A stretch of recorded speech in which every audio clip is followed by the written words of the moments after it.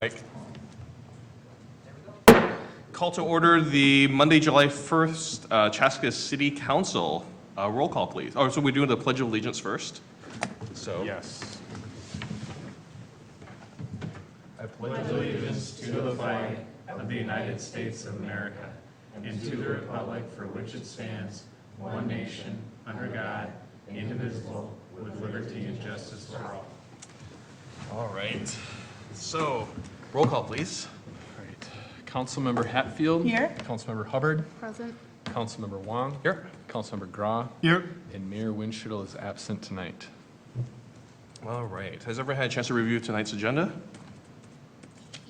Yes. Any discussion on the agenda? A motion? I make a motion to adopt the agenda. Second? So, motion by Hubbard, second by Grau. Any further discussion? All in favor? Aye. Opposed? Motion carries. Now is the time on the agenda for the visitor presentation. Is anyone from the audience who's have anything to discuss that is not already in the agenda? Seeing that there is none, then we will move on to the next item. Approve the previous meeting's minutes. Has everyone had a chance to review the city council meeting minutes from June 17th? Yes. Any questions, discussion, corrections? I make a motion to approve the June 17th minutes. Second. So a motion by Hubbard, second by Hatfield. Any further discussion? All in favor? Say aye. Aye. Opposed? Motion carries. So has everyone had a chance to review the consent items? Yes, I do have one comment. I just want to thank Commissioner Michael Flaherty-Wilcox. It caught my attention. He joined when I was on the park board. So I wish him and his family well, moving to a new home, and the park board will miss him, but that's why we have alternates. So alternates stepping right in, but that caught my attention. I was like, how's he moving out of this? But I figured it was a move, so I'd just like to thank him for his time. I appreciate the contributions he made to the park board. And when I was reviewing the consent agenda, I did notice that Iron River Construction is on here. And just as full disclosure, I was actually soliciting bids for a bathroom remodel in my house, and Iron River sent someone, and they haven't actually responded yet on the bid. They came out and took a look at stuff. So I don't know. That's not a good advertisement for him. No, It wasn't the intent. It's just being honest about what, Yeah. But it's just, but so I don't know, is there any conflict there? Because they haven't actually even bid on it or anything, so. I don't think so. Okay. I mean, it's consent item anyway for a peddler's, or for a solicitor's permit, so. Okay. I make a motion to approve the consent items. I second. So motion by Grau, second by Hubbard. Any further discussion? All in favor? Aye. Opposed? Motion carries. Okay, so now we have the action items, which there are none. Yeah, the main purpose of the meeting tonight was actually the EDA meeting afterwards, so Yep. no council action items. Okay, very cool. So this is probably going to be the fastest council meeting we've had in the past, 7 months here. Well, we've threatened it before, but I got a long list. We'll see. Okay, and then bills. Any discussion on bills? I have a few items, but I'll let you guys go first. I think I had one. Out of curiosity, let me find it.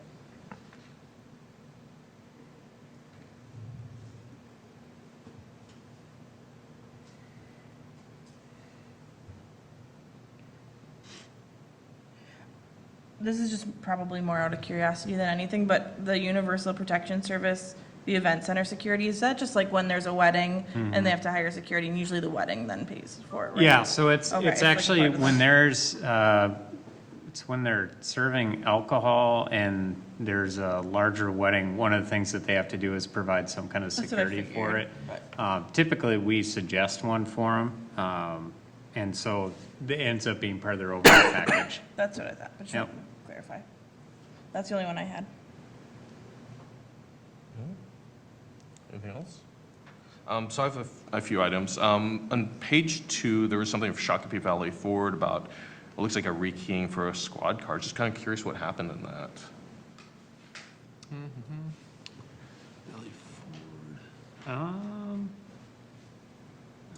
I'm actually not sure. I can check on that. Typically, when we rekey is if somebody lost their keys, we rekey it so that somebody couldn't break into it, but I can check on that. Okay. Thank you for the follow-up on the NBC Universal thing, too. Yeah, so the NBC Universal is actually our golf course registration system. And I had no idea that NBC Universal was in that business, but yeah, No idea. it's a subscription service that we have through them, so. Yeah, it was kind of really surprising, yeah. Yeah, it surprised me too, to be honest. Let's see. Page 5, there's an item for Tiller Corporation for Dog Park and Highway 41 something. Now, I was kind of wondering, it's for 16 grand, and thought we already cleared out all of the dog park fees, but I'm kind of curious too. It says Dog Park and Highway 41, so I'm not sure. I'm sorry, what page was that? This is page think it was 5. on- Okay. The last line item. Yeah, last Yeah. line, page 5. Well, the dog park is actually, so the large part of the large dog area that's off on the other side of the bridge was still being worked on Okay. this spring.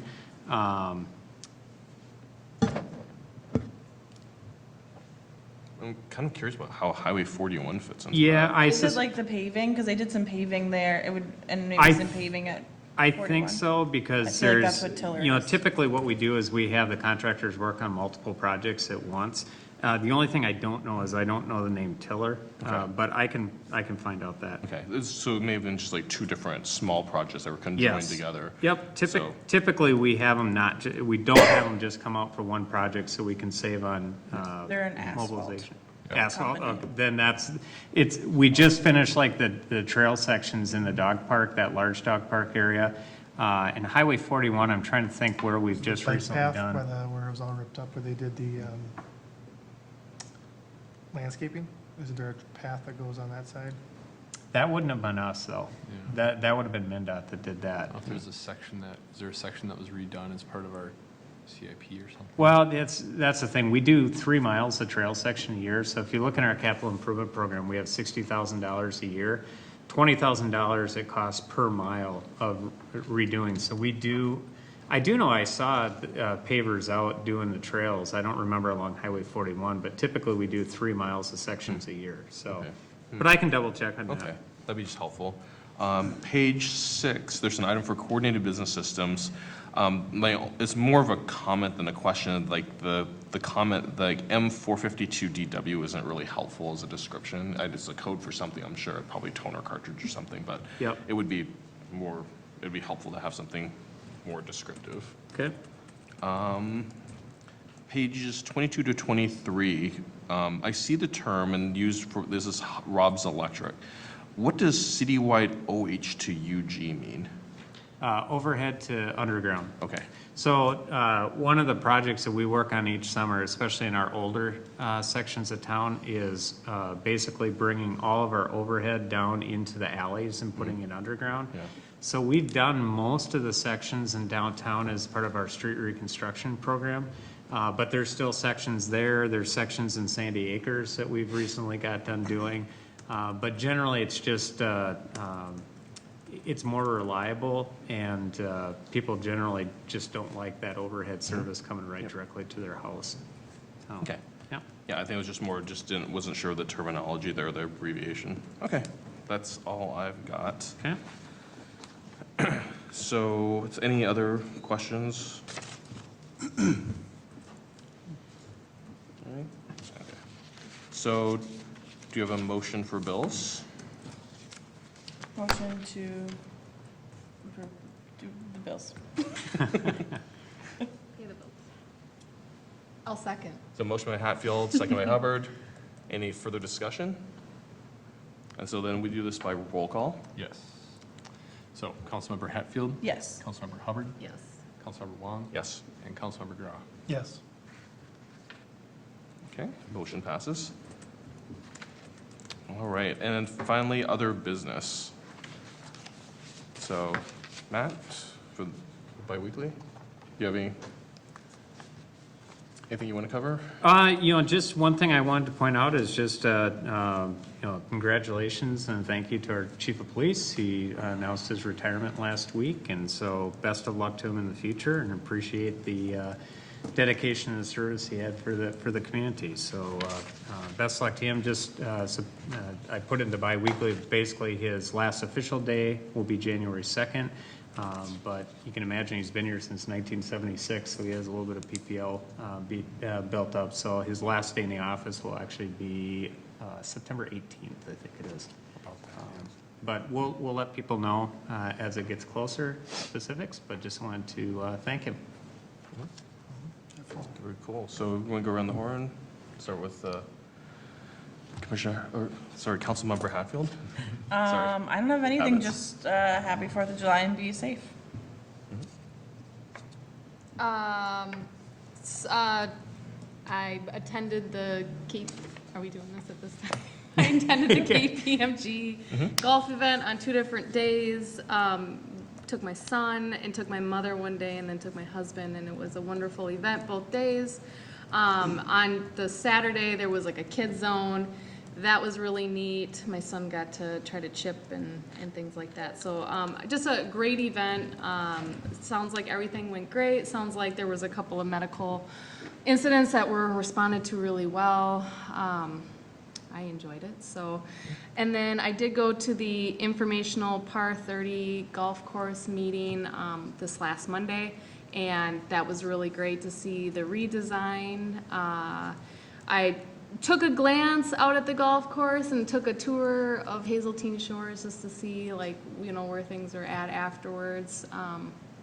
And so the gentleman, Eric, said that if any of you guys as council members were interested in, seeing the design and learning more, before they come back to present, I can give you his contact information, but just to reach out, and he'd be happy to go over things with you. So they are, I think they've raised a $750,000 or $700,000. I can't remember the exact. $750. Yep. But I think they need 2.1, they're estimated. So Yeah, they it's got right, a little 2.1 while to get 2.4 is what their across. estimate Yeah. is. But it came almost $1 million shy of, or under what they previously thought. They thought it was going to be over $3 million. So very sustainable. Their ideas are really fascinating. I'm excited. So, and then attended the Kids Clay Hole event last Wednesday. It was a super hot day. It was actually kind of fun because I parked over here and I got to check out the farmer's market and see how that was going, and see how the parking was and everything like that over there, attend that, and then walk over and do the clay hole. And my son and I got to geocache for the first time. That was really cool. So it just looked like everybody was having fun. There was like a nice diverse crowd of people there. Lots of activities, but it didn't feel crowded. A little bit of a line for food, but it sounded like they had some hot deals, so like dollar nachos and stuff. So anyways, that was really nice. And then the last thing was, Scott Knight was bittersweet. He did such a great job. He's worked, for so many years tirelessly for Chaska. And when I was on the Human Rights Commission, I had to look back in my notes, but we had submitted a nomination for him, and he received an award back in 2008, the League of Minnesota Human Rights Commission Human Rights Award. So I couldn't go to a more deserving person, so thank you for his time, and that's all I have to say. All right, thank you. Just a quick note on events over at the Fireman's Park. One of the things that's new in our programming that we have now is more focus on adaptive programming. So one thing that they had a focus on last Wednesday was introducing some more adaptive stuff, especially for kids that might have sensory issues where it's hard for them to be overstimulated by things. So we got a lot of really good comments. Cecilia Lauby was a big part of that with the Iconic group. And so we have Aaron Link is a big part of the Iconic program, and really looking at how do we add more adaptive programming at the, in our Park and Rec department. So that was a really big part of the success last week that people are proud of. Just a couple things, based on the, the biweekly report, it sounds like the farmer's market's going well. I appreciate, we've heard, last meeting, we had some concerns that came up kind of the last, the week of. I am a big believer, I was talking to a little bit, a big believer about, people fear the unknown, and sometimes change is hard, and until you actually see it in action and kind of seeing it. Sounds like it's so far been a good success, and people are enjoying it, and we're continuing to look for ways to tweak things to make it more efficient, so I appreciate that. I also attended the PJ event, thought it was great. There was a little, I don't know if you guys saw the article in the Star Tribune by Royce, I think, Yeah. talked about kind of slapping the golf hands of Minnesota golf fans because he didn't feel like it was big enough crowds out there. The reality was it was the largest attendance women's PGA championship ever. Oh, see, that's good to know. Yeah. That's really good to know. Yeah, so so from the PGA's perspective, they were very pleased with how it turned out. It is definitely a lot smaller than the Ryder Cup, but it's something to build upon, and I think just based on the crowds and the success, they are going to want to come back. So. I thought it was cool you could get your 2028 Ryder Cup gear already. Yeah, and that's the only time till 2025. Yeah, I saw that limited print. When it's gone, it's gone. I thought that was pretty cool. So yeah, it was just kind of fun, and watch it on TV and just telling my kids, like they do the aerial. It's like, I think Target's over there, kind of thing. So I thought that was pretty cool. If you're traveling up Big Woods Boulevard, that road is closed now. I would just ask people to be, take that corner careful. So the sign sits out a little bit into the road just because they want people to notice it. But when you take the turn, it's a little tight. And there's still a lot of traffic that go up and down the road because you have a lot of houses still up there. So just be mindful of that. But that was, I know the neighborhood's pretty excited up there to get that interchange in. Hawk system, do I dare bring that up again? Yeah, it actually, I got a note today saying that it's going to be done before the 4th, so this week. Gotta be soon. And I didn't read the whole thing, but it said Matt Clark had put something that was a big thanks to our Public Works Department. They ended up getting involved with, I don't know, if ordering the part or something like that. But looks like this week it's going to get up and rolling. And we've had no issues, no incidents, nothing has occurred there. The sign's taken a beating occasionally. But, Yeah. so that's good, people are still. I've actually crossed, well, today was one of them, but I've crossed 3 separate times since that's been out. And one thing with the new landscaping the way it is, people pay attention to people crossing the road there now. So the Hawk system's great, but I think even just the way that the road is designed there has really changed people's perception of that being a crossing. Cool. Yeah, like I said, I go by it every day, so I do definitely pay attention. Then the last thing I had is July 10th, City of Chaska Recreation on Wheels. So they're moving around different parks throughout the summer. I thought it was pretty cool. So July 10th from 6:45 to 8:15 at McKnight Park. Beanbag, sack races, other things. Basically, the block party wagon is out and about. So again, that's July 10th, 6:45 to 8:15 at McKnight Park is the next City of Chaska Recreation on Wheels event. Just wanted to get that out there. The great thing with that is, we have this block party wagon that people can rent and bring it into their neighborhoods, but sometimes people get so busy they don't have time to plan a block party. So the concept here is we'll bring the block party to you. So Yeah, that was a great event. Good tool to see. That's all I have. Okay. Luke, you have anything? I have one quick one. So 4th of July coming up this week. So Jonathan has all their festivities that go through the morning. They'll be at the Karen House. So they have 5K run and they have a kiddie parade. They have all kinds of activities in the yard there, which is a lot of fun. And then at 10 p.m. Will be when fireworks are shot off. That's something that the city does. And that will be best viewing there is McKnight Park. And get there early. Get there earlier than 10. They have the, And bring your bug spray. Yeah, They're it can- out it now can get pretty in nasty. full and they have like force. the morning parade too, or the. Yeah, they have the morning parade that basically goes from like the kindergarten center to Yeah. basically around the block over to the Karen House. But I'll tell you, that's as far as most kids can get. That's even stretching it a little bit. There's some solid hills in there for the kids. Yeah. For sure. Anything else, Matt? No. Nate? I have nothing to add. Okay. Believe it or not. Wow. Okay, so then I got a few things here. I'm not going to cover what everyone else has covered, except for that I'll mention that I went to the PGA too, and it was a great event. And it's, one of those things that's kind of like, given the scale of these events varies widely, it's still great to see a great Minnesota turnout, especially even for the smaller events. So, hopefully that'll grow to a larger event too. So so it's great that, people did turn out for this as a smaller event. So a few other things that passed. On the 25th, we had the Arboretum Area Transportation Plan public meeting at the Arboretum, at the Arboretum.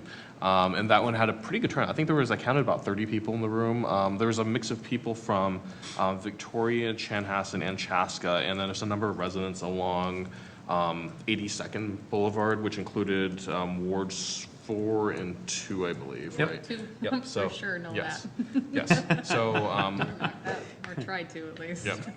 And so there's definitely people are pretty passionate about that because there's going to be some major changes to their area. So They're passionate on both sides. Yes. It's interesting because Victoria is super eager to get that done. Yes. Because it's a huge connection for them. But that's also, it changes a lot of the landscape out there, and I think people who live out there probably have a lot of concerns about that. Yep, and I know there's a lot of things that still need to work through. So this is still there in very much an early information gathering phase. I think the goal at this point is of the project team is to really understand the history, the concerns, the constructs they have to work around and through, so that they can really define the requirements well in the next phase of what they actually need to do and how much change that they need to bring to the area, not just the 82nd, but to Highway 5 as well. So was there discussion on paving? Not specifically. I think they were looking at more generalities about, Okay. About what it would look like, but there was definitely questions about paving. Okay. Yeah, and I don't think they can answer that this time because Yeah. they're still just trying to understand what I just people's didn't, concerns were. wondering if people, were But there's definitely a lot talking about that. concerns from residents about what it would mean to them, what it's going to look like. But at this point, Well, I they're think just the trying to figure it out. expectation can be that's a corridor like Pioneer Trail, Engler Boulevard, County Road 61. So it's a considered in the future a potential big reliever for Highway 5 too. So it'll be something substantial when it's done. Well, yeah, and in that information packet that was sent in regards to the traffic study, just the comprehensive plan for Victoria and the growth, I would assume that, that's gotta be something that they have to think about. Well, and their kids go to high school over at Chanhassen High School too, and so, Highway 5 is a difficult route for them to get there now. Yeah. Yeah, and then I know a number of the residents along 82nd have mentioned that, on a pretty regular basis, they're pulling kids out of the ditch when there's snow or there's like slippery conditions, That so road it's is pretty pretty dangerous. tore up, Yeah. yeah. Yeah. Definitely is, Yep. it's very, very heavily used, so. So there's a lot of concerns about safety. They already illustrated that it doesn't meet safety needs in a number of the intersections there. Yep, It definitely. does, or meet Lot safety of standards, yeah, land. yep. So, yeah, a lot of work to be done there, but it was a really good information session. I think it was really more of a listening session for the most part, so, but there's gonna be more to come, because I think that there's another session. Yeah, So there's if you're interested, the next one is Tuesday, July 16th, from 5 to 7 at the McMillan Auditorium at the Arboretum. So, Tuesday, July 16th, from 5 to 7 p.m. at the McMillan Auditorium. Because of the meeting, it's actually free admission, free parking to go in there, so just let them know that you're going to the meeting, you don't have to pay for parking. So then you can go around and browse while you're waiting or something too, I guess. But it's a good event there. So certainly encourage people to go and find out more about that while you're there. Another item that had passed already was on Monday, June 24th, the 3 representatives from the FCC came in and visited with us in the community. And they talked about a number of different issues related to like spoofing of phone numbers, robocalls, like the digital transition to digital wireless or digital broadcast transition, as well as cable and some other things. So there's a lot of good information was provided there. I know that some packets were distributed, and Matt, you had some packets too, right? Yeah, we're actually they were gonna get back to us with some information to put on our social media as far as information on some of the conversion stuff, and then the FCC has a hotline that if people have issues with things. One of the things that they mentioned was, and I've noticed it, I'm cheap enough where I have a digital antenna in my house instead of cable, and we've noticed that some channels just disappear. And so what's happening is as they're going through this digital conversion, you have to rescan your TV every once in a while to pick those TV stations back up. So they've been getting a lot of calls from people saying, why are my favorite TV channels going away? They're not going away, you just have to rescan your TV. So there's some of that type of information that's just more for people to know will get out there. Yep. So I think we'll be sharing more of that just over, coming months. And I think there may be potential for future follow-ups with them too at some point as they, have more outreach now that we, know who they are. So we have contacts with the FCC. So, upcoming events, let's see. We talked about a farmer's market. Downtown reconstruction started between 4th and Oak Street this week, or today actually, right? What's that? The downtown reconstruction between 4th and Oak Street started today, right? Yes, yep. So the closure started. And then, we talked about the Chaska History Center exhibit during World War II, so that's starting July 11th. And the Fire and Ice Festival starting July 19th, so it's a lot of stuff coming up. I did have a question. So I know that we had the discussion about the blacktop overlays being done, that are kind of coming up or scheduled every year. We do a number of different streets. So this will include like Louisa, Ironwood, Butternut, Timberview, and some other ones. Yep. Just wondering when those are scheduled to occur. Typically, they're the middle of July when it happens. We've already received the bids and everything, Okay. so they're all set to go. Actually, typically we have that same contractor do our trails too, so that's why I'm thinking that Tiller Corporation, that was their trail portion of the work. Because it's a lot cheaper for us to wrap those all into one package and stuff, so. Okay.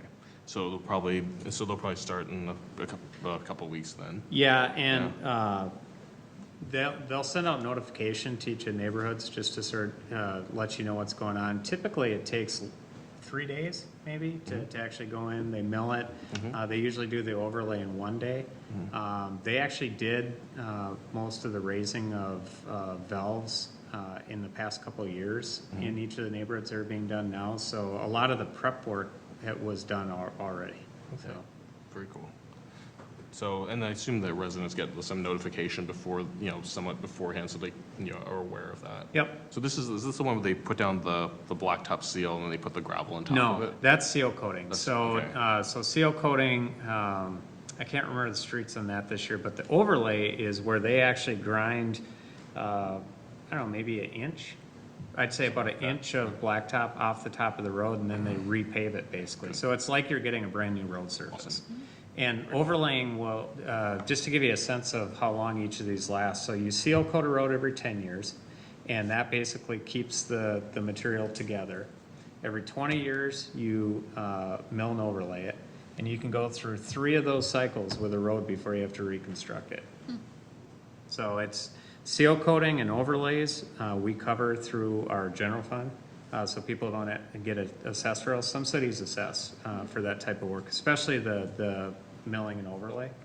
But then the road reconstruction is every 60 to 75 years is when you have to actually reconstruct the roads. So if I understand the cycle, then it would be, so if you build a new road, let's say, like over by like the Harvest in that area, right?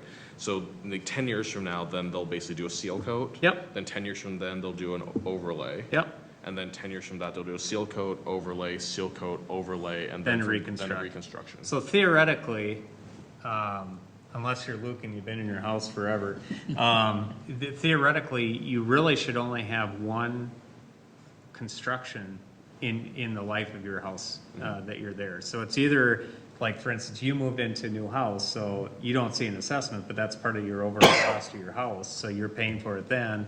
Or if you move into an existing house, you can expect once, if you stay in your house for years, once in the life of your house, you'd see a reconstruction with an assessment. Okay.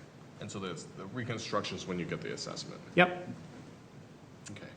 Cool. Well, that's actually good information to know. So the last item I have is, so the farmer's market, one of the cool things we're doing is like from the Human Rights Commission was that the sponsorship of some cultural heritage days. Now, there's 3 that were mentioned, one for African-American history, for Hispanic, and Somali, okay. Yep. So now I guess the question is that do we know when those days are, or what's the? They did. Yeah. They targeted the dates.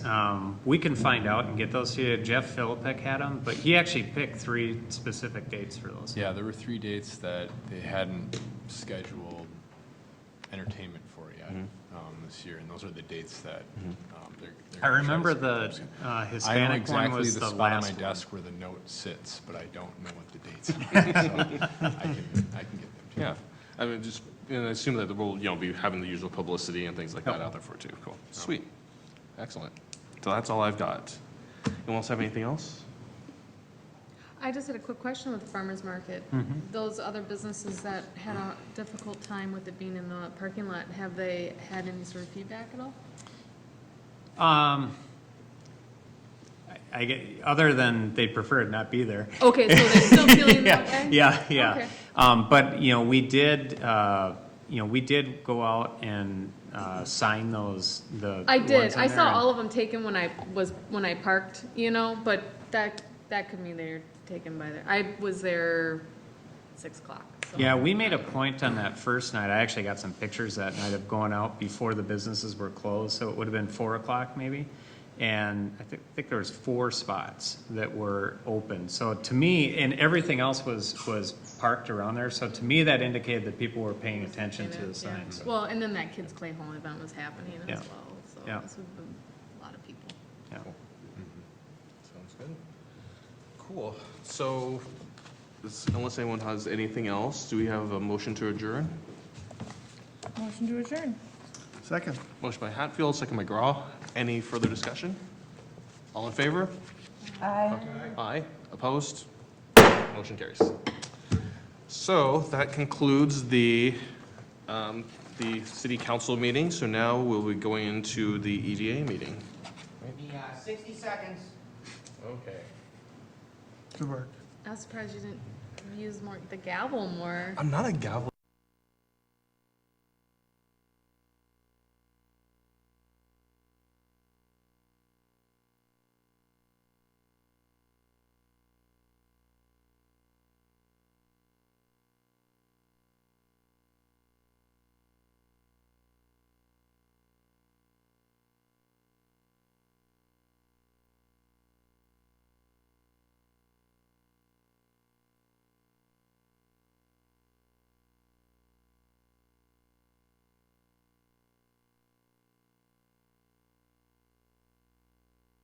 We'll call to order the Chaska Economic Development Authority on Monday, July 1st, 2019. Roll call, please. All right, Commissioner Hatfield, Here? Commissioner Hubbard, Here. Commissioner Wong, Here. Commissioner Graw, Here. and President Winchittle is absent. Okay. So has everyone had a chance to review the agenda? Yes. Any discussion about the agenda? Just a one note of making the action item is actually a public hearing. Yes, this is a public hearing, so Yep. I'll definitely remember to do that. Motion to adopt the agenda. Do we have to do that? Yes. You're the first. Yeah, Yeah, okay. you're good. You're totally cool. Second. Okay, so motion by Hatfield, second by Hubbard. Any further discussion? All in favor? Aye. Opposed? Motion carries. So has everyone had a chance to review the previous meeting minutes from the EDA from April 15th, 2019?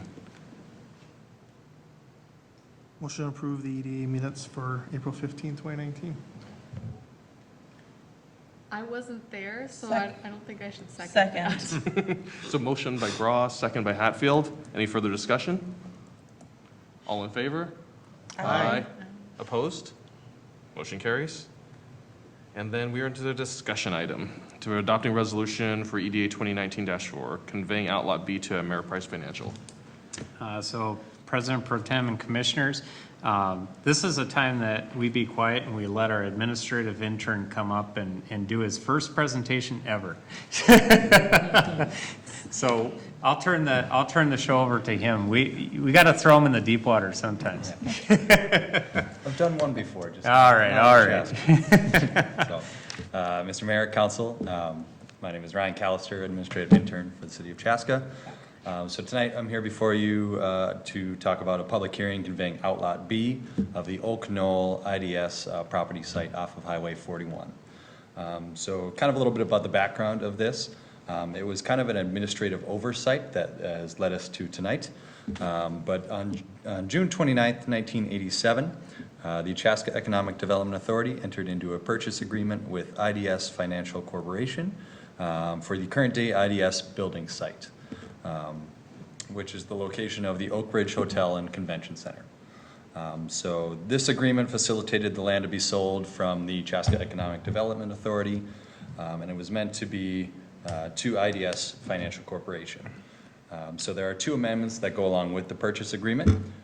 We have copies of the purchase agreement and both the amendments in the files. However, the second amendment was not signed. So that is part of the reason why we are here today doing this. But the first amendment was approved on January 28th, 1988, and the second amendment was most likely approved on August 1st, 1988. And like I said, a signed copy of the second amendment could not be located. So the first amendment allowed for the extension of the termination date from the original purchase agreement at a changed interest rate. And then there are just smaller changes that do not relate to Outlot B. The second amendment is really the key one in this whole thing, in that it contains a requirement for the purchaser to execute the redevelopment agreement as well as soon as the land was conveyed to IDS from the city, or from the Chaska Economic Development Authority. The Second Amendment also states that the tract of land that has been dedicated to the public in the plat of Oak Knoll, or Outlot B, will be vacated by the seller as soon as reasonably possible after the seller's completion of all of the seller's work on the public street is performed pursuant to the purchase agreement. So this Second Amendment essentially states that Outlot B was to be vacated with ownership transferred from the Chaska Economic Development Authority to IDS as soon as work was completed on the public street. That was the intention. However, since the Second Amendment was never signed, that kind of leads us to where we're at. The public hearing is Carver County doesn't have the deed in the name of IDS, so that's another reason why this is required public hearing. But they, Ameriprise Financial, who is now the current owner of the site, they have been paying taxes on the property for the last 20 so years. Yes. So with that, a public hearing process is needed to officially convey Outlot B from the Chaska Economic Development Authority to Ameriprise Financial. And with that, I'll stand for any questions. Yeah, and the thing that always triggers these is when you have a title company look at a closing, you're like, not all the T's were crossed and the I's dotted and stuff. So Ryan got a good chance to go through our basement and see all the records downstairs. So that was a good project for him. So he probably learned about a lot more. But basically, this is sort of a house cleaning item for them to be able to go through this land transaction. Any questions? So this is a public hearing, so I'll open up the public hearing at 7:39 p.m. And does anyone from the public like to speak? Please approach the podium and state your name and address for the record. Seeing as there's none, then we'll close the public hearing at 7:40 p.m. Bring it back to the commission. For the EDA, sorry. So, any other discussion, or do we have a motion? Just more curiosity.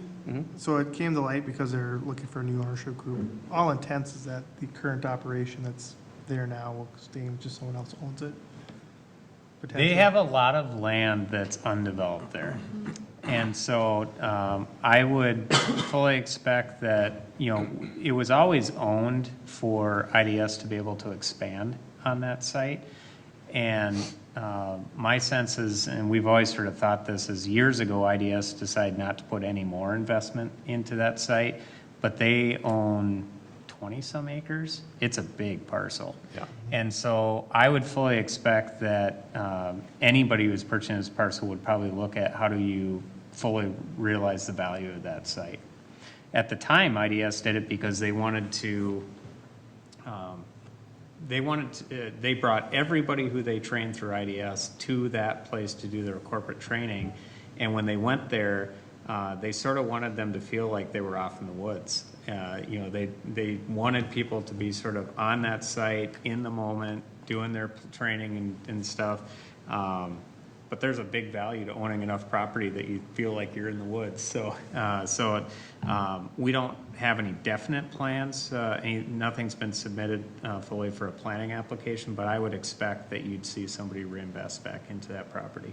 So along those lines, just out of curiosity, was there a concept plan that was submitted at the time that they did the development that extended beyond the current?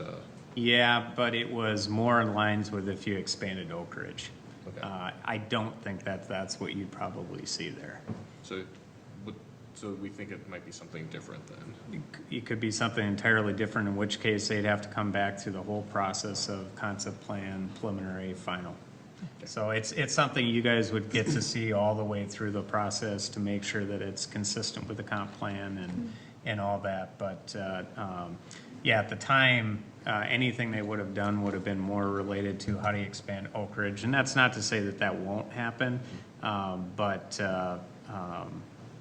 it's just such a large parcel. I don't see how it'd be just Oak Ridge that would work with it.